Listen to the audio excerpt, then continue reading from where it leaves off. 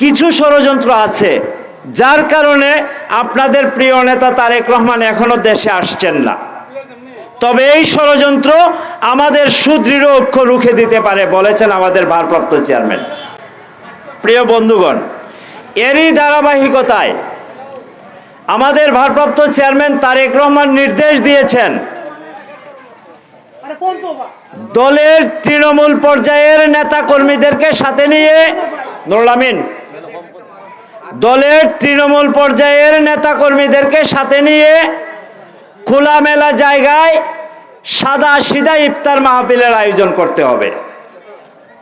জনাব তারেক রহমানের নির্দেশে চুনারুঘাট উপজেলায় এই খোলামেলা সাদা সিধা ইফতার মাহফিলের আয়োজনে সার্বিক সহযোগিতা করে যাচ্ছেন 5ই আগস্টের গণ অভ্যুত্থানের মাধ্যমে স্বৈরাচারী সরকারকে পতন ঘটিয়ে স্বাধীনভাবে স্বাধীন বাংলাদেশ গড়ে তোলার প্রত্যয়ে সকলকে ঐক্যবদ্ধ থাকার আহ্বান জানাই।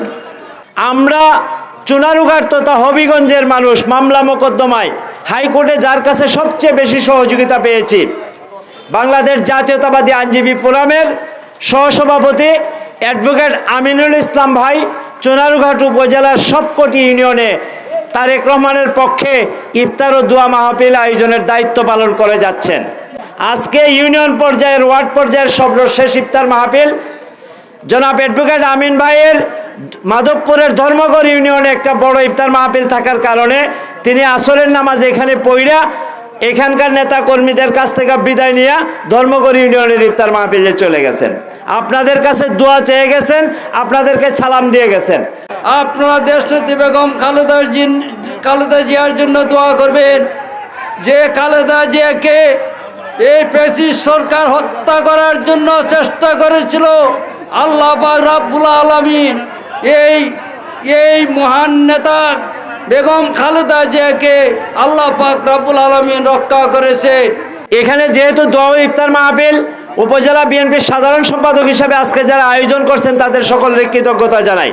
আজকে আমাদের দেশনেত্রী বেগম খালেদা জিয়া দেশের মানুষের দুয়ার বরকতে বেঁচে আছেন, নাহলে শেখ হাসিনা ওনারে বিভিন্নভাবে কারাগারে স্নো পয়জনিং করে হত্যা করার চেষ্টা করছে। শুধুমাত্র দেশের মানুষের দোয়ার বরকতে তিনি বেঁচে আছেন।